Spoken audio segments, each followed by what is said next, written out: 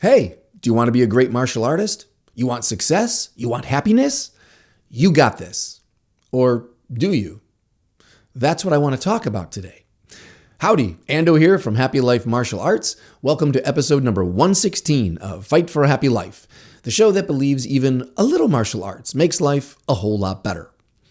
Today I want to talk about confidence. We all want to say, I got this. Do you know how to do that? I got it. Can you do that? I got it. But sometimes that's just not true. On the other hand, sometimes you might think you can't do something. You think you don't know enough when you actually do. Now, this problem of having either too much confidence or not enough confidence can hold you back not just in martial arts, but in every part of your life. If you can't get an honest assessment, if you don't have a clear picture of where you stand with your knowledge and your skills, then how can you set appropriate goals for yourself? How do you know which teachers to seek out, which information that you need, which questions to ask, what to practice?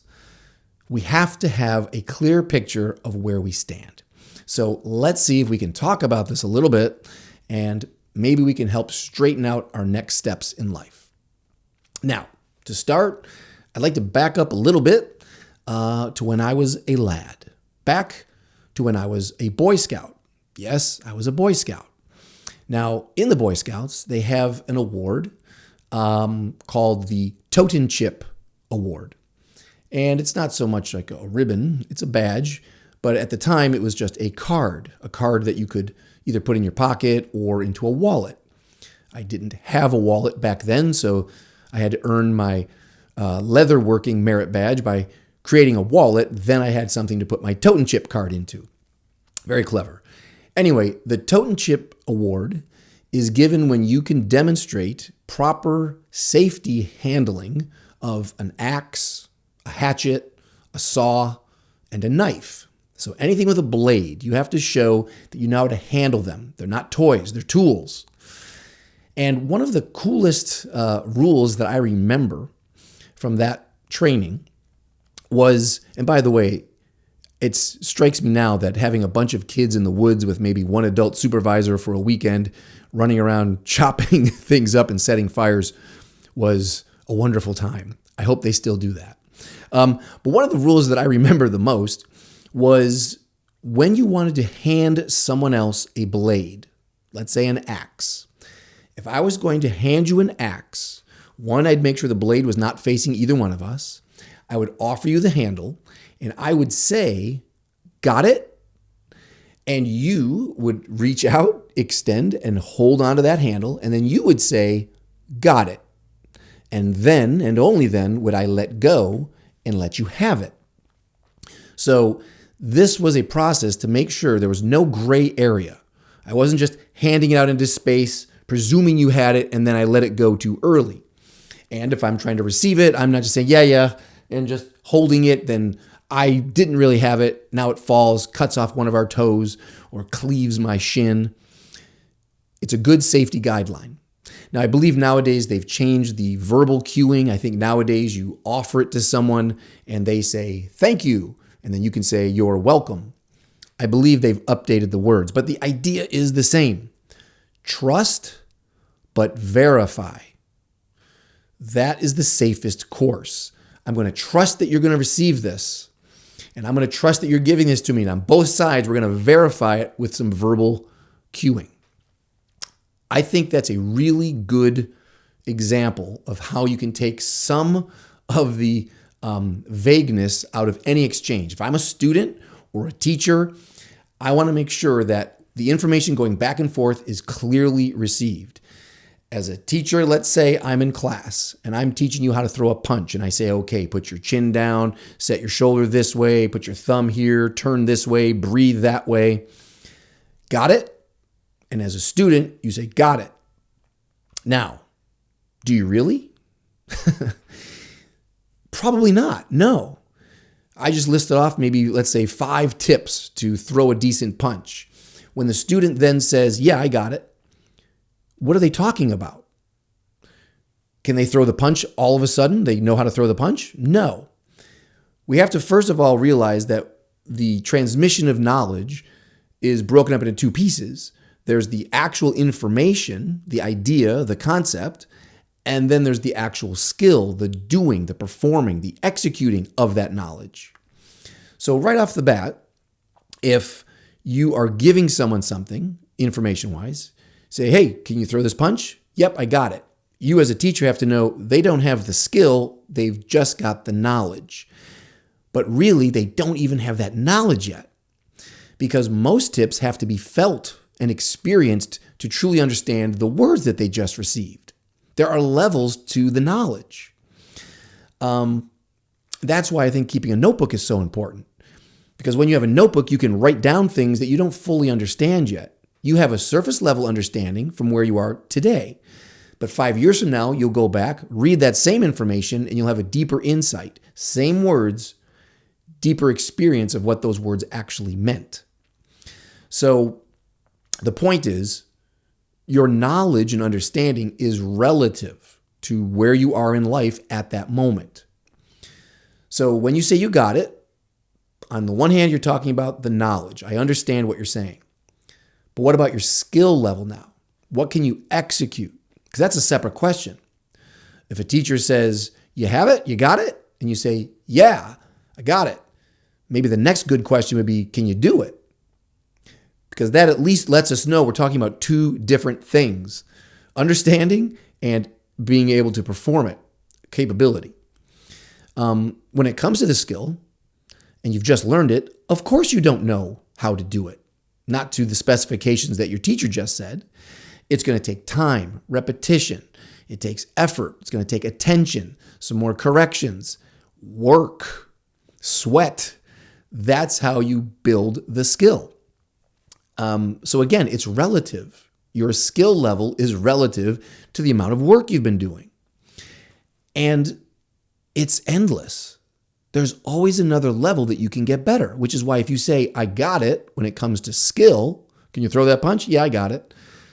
You're not exactly accurate because there's always another level you can make it better. There's always a deeper level of understanding. When you compare martial arts, let's say you take boxing and Choi Li Foot.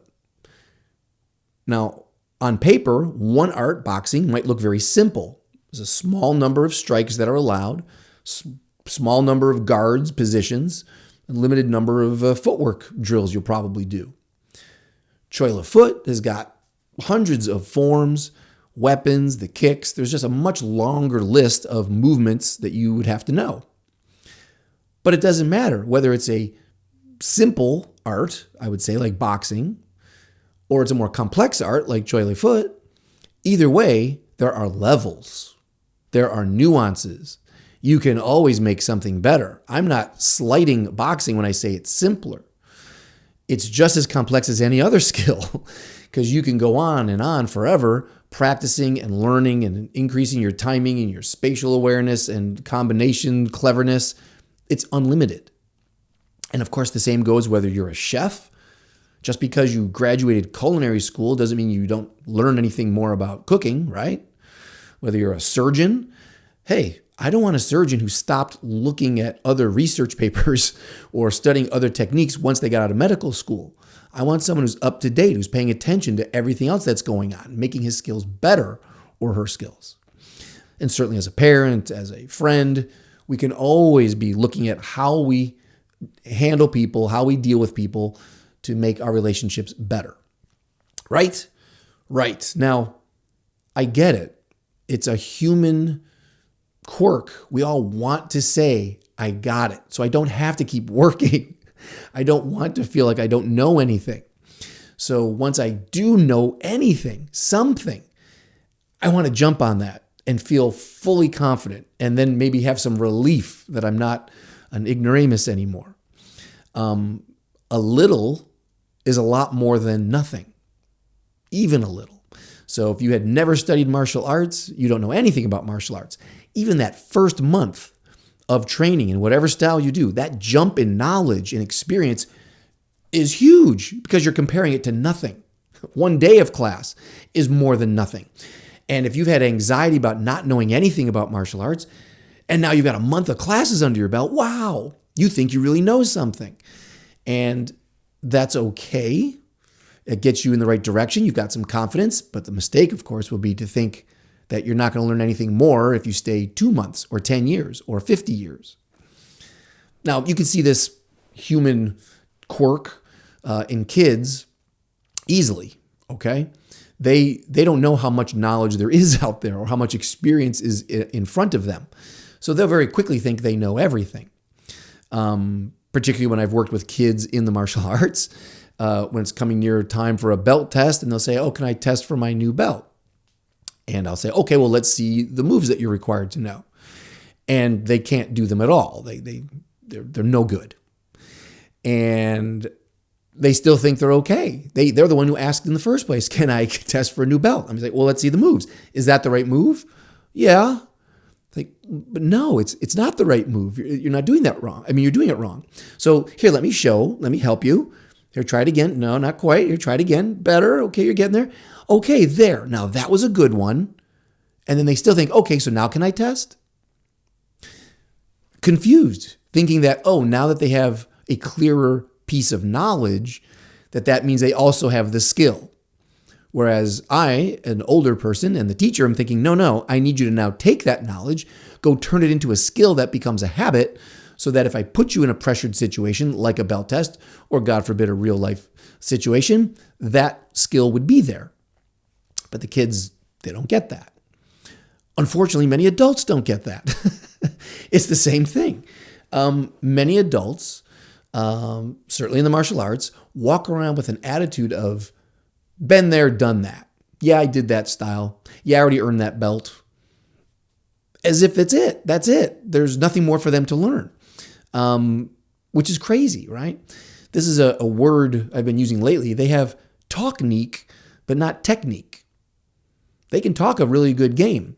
When I've worked with teachers in the past, and even some high-ranking people who've owned schools, and they're up on the wall, they've got all kinds of diplomas and certificates, but they're just not that good, in my opinion. Okay, granted, it's my time on camera, so that's what I'm saying. I look at it and I think that's not the level of skill that you are demonstrating that I would expect when I look at all of those certificates and pictures of you on the wall. There's a disconnect here. Your technique is very strong, but your technique doesn't seem so. And that would be even if they've had a school, maybe for decades, and I'll watch them teach, and I just don't think their teaching style is very good. They seem to be kind of self-absorbed. They don't really have a good system in place. They're not giving good feedback. They're not paying attention. And yet they would say that they're a professional teacher. They are a professional martial artist. They're really great at both of those things. And I'm looking at it like, no, there's a disconnect here. And again, the problem here is that some people see learning as a checkbox. Oh, you got your high school diploma. Check. You graduated college. Check. You got your black belt. Check. And that diploma, that certificate, that award, that new belt is seen as a period or an exclamation point. But it's not. It's just ... an ellipsis. It's a to be continued. You are engaging in a process, a practice, and it never ends. There is no end to it. If you're a true student, it never ends. So when people come on so strong, like, yeah, I got that. Yeah, I know what I'm doing.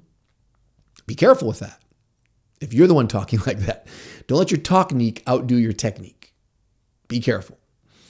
And again, I'm a human being, so I have the same flaw, quirk. I've been doing martial arts for over 30 years. So don't you think I want to say, I got this. I know what I'm doing. I don't say that. I'm very careful about that because on either side, you're probably wrong. If you think you know everything, you're wrong. If you think you know nothing, you're wrong. I think there's that great Bruce Lee quote. Say, hey, are you a great martial artist? And he says something like, if I tell you that I'm great, you'll think I'm bragging. If I tell you I don't do anything, I'm no good, then you'll know I'm lying. We have to try to find that balance in the middle.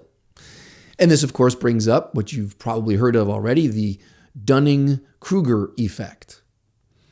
Now, I'm not a psychologist, so I can't speak to the solidity of their research methods or how their studies have been criticized by current psychology.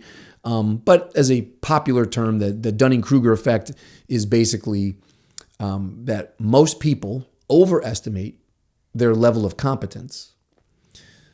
People who don't know much think they know more than they do. And on the flip side, the people who are truly skilled and who are truly competent usually feel insecure about it and feel that everyone else knows as much as they do or more, and they feel that they're not that good at things. So it's this odd, again, the human character. The people who know a little think they know a lot, and the people who know a lot end up thinking they don't know so much. Either way, you can end up in trouble with that kind of thinking on either extreme. So, of course, I'm curious about how you assess yourself. Where do you need knowledge? Where do you need more skill? Where do you need information? Where do you need practice? As much as you can, I think it's helpful to reflect on your level so you know where you are. And I would encourage you to find a balance. Find the balance between confidence and humility. Yes, you should have confidence in the experiences that you've already had in the past. But at the same time, you should have the humility to know that you haven't experienced everything. You haven't seen everything. So there is an unlimited amount of new that can come to you. You are still capable of learning. I'm not saying it's easy, but I think that's where you want to be. I think that's where you don't get into trouble. The minute that you think this dichotomy between confidence and humility doesn't exist, that you either think you're a loser and you don't know anything, or you think you're the greatest in the world and you can't learn anything more, that's when you're going to get into trouble. And maybe not just for you, but for the people around you. For example, have you ever seen a self-defense demonstration online or in person that just wasn't very good? Now, again, I don't want to come off judgy, but I have some experience that leads me to believe when I see other people sometimes executing a technique or a demonstration, I think that could be done better. Particularly when they play metal music while they're demonstrating, or they've got a cocky grin on their face, or they're laughing while they do it, and they say it's easy. Here's a choke defense. It's easy. Do this, do that. Now, to me, that hurts people to see something done poorly. And the problem is here that the demonstrator thinks they have it. If you said, "Oh, do you know how to get out of a choke?" "Oh, yeah, I got it. In fact, I'm so confident I'm going to show it." Okay. So you've got maybe someone who doesn't know that much leading. They're the one putting themselves in the spotlight to say, "Look at me, I'll show you how this is done." And you're looking at it thinking, "Man, it looks to me like a strong wind could knock you down." That's trouble. On the other hand, there can be someone who's got lots of experience and has spent a good deal of time studying and practicing and experimenting, and they have something good to offer. But they don't want to deal with criticism. They don't feel they're that good. They see everyone else doing the flashy videos, and they don't think they're good enough for that. So they hide, and they help no one. So this is the dilemma. If you don't have the balance right between what you know and what you don't know, you could be hurting people or helping no one. Another example, let's say as a student, as you're trying to learn, maybe you walk into a school, you run into another martial artist, and they say, "Oh, do you know how to do an armbar, this new kind of cool armbar?" Now, if your ego or your just miscalculations of your own skill leads you to say, "Oh, yeah, I got that. I can do an armbar. I know how to do that." That's it. You just closed the door. Now, this other person who was just going to probably show you something has no reason to pursue you anymore. Like, "Oh, okay, great. You know how to do an armbar. We both know." Whereas, if you're a little more humble and they say, "Hey, you want to see how to do an armbar?" And you say, "Sure, I'd love to see how you do an armbar." Now the door is open. They can excitedly share what they have, and you as a student have access to new information perhaps. And it only takes that subtle little change of how they maybe grip something or say something that really makes an impact on how you do it for the rest of your life. It's worth it to try. It's that idea maybe of Socratic irony. Socrates, the philosopher. The idea that you go in to an argument playing dumb. Don't come in thinking that you know everything or letting people see that you know everything. You come in saying, I don't know. What are you talking about? What is it that we're arguing about? You tell me. And you let the other person share what they've got. And then you know better what angle to argue. And then you know better who you're dealing with. So that might be a little more aggressive, but I think just as a student to learn, you want to leave that door open. And by having the humility to say, I don't know, I'd like to see how you do it, then you've got a chance to learn something. One more example. Belt tests, particularly traditional styles, karate, taekwondo. When you have a belt test and you have to know a certain number of forms or memorized combinations, maybe vocabulary and history, maybe you have to demonstrate a board break, do some sparring. You have a long list of requirements. And as a teacher, they come to you and they say, well, your test is, your due date's coming up. You got it? You know all the material? How do you feel? You could be, again, trouble. You could say, oh yeah, I got it. No problem.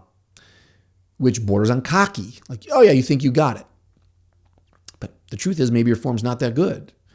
Maybe you try to break that extra stack of boards and you smash your hand. I've seen all of these things happen and fallen victim to it myself, victim of my own ego. And I can say that on that end of the spectrum, when you think, yeah, I got this, no problem, that can really shatter you. That can be ego, identity shattering because you went in with all this hubris and confidence and then you made a mistake in your form. And it's not just a mistake for you. It's a crack in your identity because you said, I have this. I am perfect. I know everything. And then in front of everybody, you don't. I've fractured my my wrist trying to break boards that I shouldn't be breaking. It's embarrassing, but it's a great lesson, right? On the other hand, if your teacher says, okay, well, I've seen you working hard over here. You ready for the test? And you think, oh, no way. I don't want to take a chance of making a mistake. I know I'm not perfect. I keep getting hit when I'm sparring. I'm afraid of breaking those boards. You're just full of anxiety. You have not been building confidence in your work. And if you're not forced to test, you probably would never test. You'd just be a white belt for the rest of your life. That's also a problem. Now you're missing out on the sense of achievement that you could have had. Now you're missing out on getting to the next level and learning new information that builds on the current information that you're making better. So again, the problem here is not having a solid, clear assessment of where you stand in your knowledge base and in your skill sets. We want, ultimately, to have balance between confidence and humility. When someone says to you, I'll give you my formula. When someone says to you, you got it? I think there's a yes and a no. Anytime there's a challenge to what I can do, there's a yes and a no. You got it? I might say, yes, I am better than I was, but no, I'm not as good as I could be. Feel the balance there? Giving myself credit for what I've done, but leaving the door open for improvement. You can say, yes, I've improved, but no, I'm not done improving. That's fair. That seems balanced. Yes, I'm on the right track, but no, I haven't gotten where I want to go yet. Nice, balanced. You feel that? It's a lot better than saying, oh, no, I'm not ready, or saying, yeah, I got this. Better. You can say, yes, I've got some of this. You could even say, yes, I've got a lot of this, but no, I don't have all of it yet. Ooh, nice answer. Practice saying that one. Yes, I've got some of this, but not all of it. It's never wrong to say that. Yes, I've got as much as I can understand and do today, but no, not as much as I will have tomorrow. Nice. Yes, but I'm still learning. Yes, I have something, but I am still learning more. You get the idea. Practice this feeling of balance. I always want you to be proud of the work and the research that you've done in the past. But at the same time, I want you to be hopeful and excited about the future, because there is no limit to how much you can learn. There is no limit to how many fields you can find success in. Got it? Okay, I hope that ramble will lead you to reflect on what you really know and what you can really do. Then I hope you'll be able to set some appropriate goals to take the next steps towards a happy life. Until next time, keep reflecting, my friend, and keep fighting for a happy life.